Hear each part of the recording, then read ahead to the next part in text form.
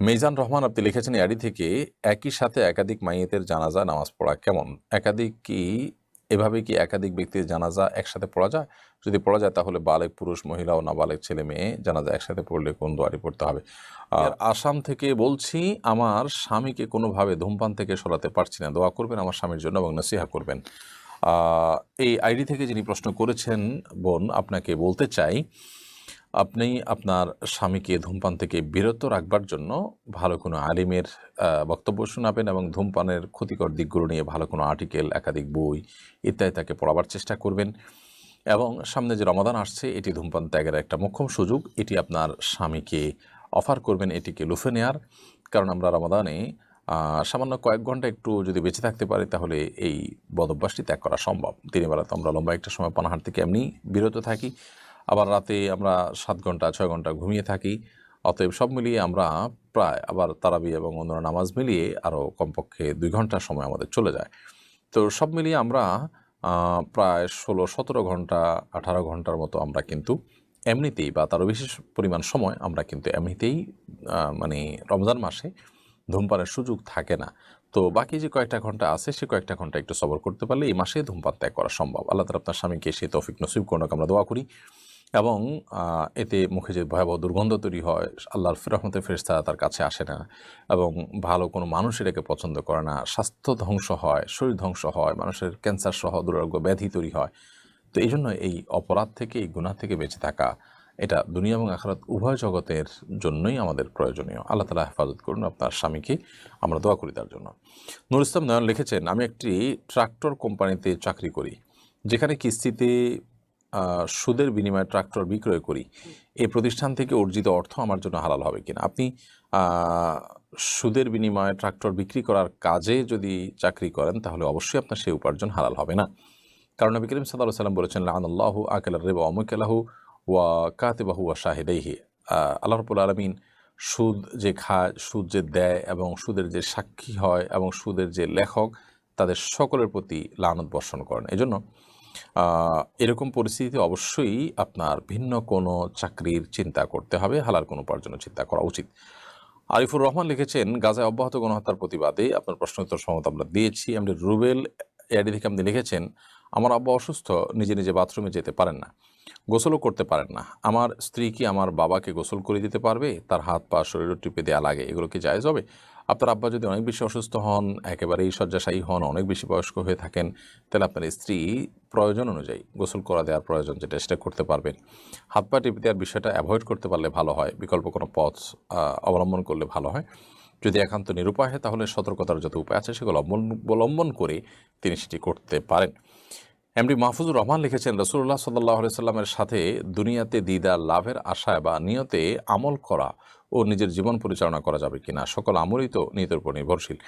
রাসূলুল্লাহ সাল্লাল্লাহু আলাইহি সাল্লামের সাথে স্বপ্নে দেখা হতে পারে, সে আশা করার দোষে কিছু নেই, কিন্তু দুনিয়াতে তো তার সাথে দিদার লাভের কোনো সুযোগ নেই। অতএব এই দুনিয়াতে যদি প্রত্যক্ষভাবে তার সাথে শারীরিকভাবে আপনি সাক্ষাৎ করবেন সরাসরি, এরকম আশা করেন, সেটা অমূলক এবং সেটা অযৌক্তিক। এরকম আশা করার কোনো সুযোগ নেই। আর নবী সাল্লাল্লাহু আলাইহি ওয়াসাল্লামের সাথে সাক্ষাৎ হবে এই স্বপ্নে, এই আশায় আমল হবে না, বরং আমল আমাদের স্বাভাবিক গতিতে হবে। নবী করিম সাল্লাল্লাহু আলাইহি ওয়াসাল্লামের সুন্নাহর উপর আমল করলে, তারপর দরুদ পাঠ করলে তাকে স্বপ্নে দেখার সুযোগ তৈরি হতেও পারে। তবে নবী সাল্লাল্লাহু আলাইহি ওয়াসাল্লামের স্বপ্ন দেখা নিয়ে ওলামাদের একাধিক ব্যাখ্যা আছে, সেটা আমরা বিভিন্ন বক্তব্যে, বিভিন্ন প্রশ্ন উত্তরে বিভিন্ন সময় বলেছি। কিন্তু এইটা মূল উদ্দেশ্য হতে পারে না। আমরা আমাদের সকল আমল করবো আল্লাহ তাআলাকে সন্তুষ্ট করার জন্য। পাশাপাশি বিশেষ কিছু আমল আছে যে আমলগুলোতে নবী সাল্লাল্লাহু আলাইহি সাল্লামের সাথে হাসর হওয়ার, তার সাথে জান্নাতে থাকার সুযোগ লাভ হবে, সেগুলো সেজন্য করব। এবং সেই সাথে দুরুদ এবং তার সুন্নাহর উপর আমল করলে তার সাথে স্বপ্ন সাক্ষাৎও হয়ে যেতে পারে, সেই আশা করতেও দোষণীয় নয়। কিন্তু সমস্ত আমল শুধু সে উদ্দেশ্যে করবে, এটা গ্রহণযোগ্য নয়। সিনথিয়া প্রামাণিক অর্পিতা এর দিকে আপনি লিখেছেন, নামাজে পায়ের উপরের পাতা দেখা গেলে কি নামাজ হবে না? এটা নিয়ে আমাদের ইখতিলাফ আছে। অনেক আলেমরা বলেছেন যে মেয়েরা তাদের নামাজের পায়ের পাতা ঢাকতে হবে, টাকনু ঢাকতে হবে। অনেকে পাতা সহকারে নামাজের শুধু উপর পাতার উপরের অংশ না, বরং পাতার তলার অংশ, নামাজের পায়ের তলার অংশেও ঢাকার কথা বলেন। তো আপনি টাকনুর নিচ পর্যন্ত আপনাকে ঢাকতে হবে, সেটার জন্য পায়ের উপরিভাগও ঢাকাই থাকবে, সেটাই স্বাভাবিক। কিন্তু তলা কোনোভাবে আপনার যদি ঢাকতে না পারেন, অনেক আলেমের মতে নামাজ হয়ে যাবে। আর অনেক ওলামা ইকরাম সব তলাও ঢাকতে বলেন।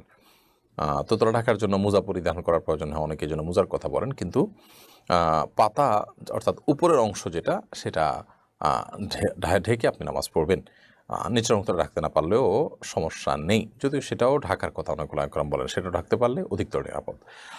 আলী আহমেদ প্রিয়া এটি থেকে লিখেছেন, আমি তালাক প্রাপ্তা ছিলাম, আমার 3 হায়েজ হওয়ার পর মসজিদে দ্বিতীয় বিয়ে হয়, আলহামদুলিল্লাহ। আমি ভালো আছি আমার স্বামীর সাথে, আমার বিয়ে কি স্বীকৃত হয়েছে? আপনার তালাক হয়েছে যখন, তালাক হওয়ার পর যে মাসিক হয়েছে, এভাবে গুনে গুনে 3টা মাসিক অতিক্রম হওয়ার পর যদি বিয়ে হয়ে থাকে, তাহলে সেক্ষেত্রে আপনার বিয়ে বিশুদ্ধ হয়েছে। আমিনা হক আপনি লিখেছেন, মাদারীপুরের শিবচরে শিক্ষা সফর, আপনার প্রশ্ন উত্তর দিয়েছি। মহিউদ্দিন মুন্না আপনি লিখেছেন, সুস্থতা লাভের কোনো স্পেশাল আমল থাকলে জানাবেন।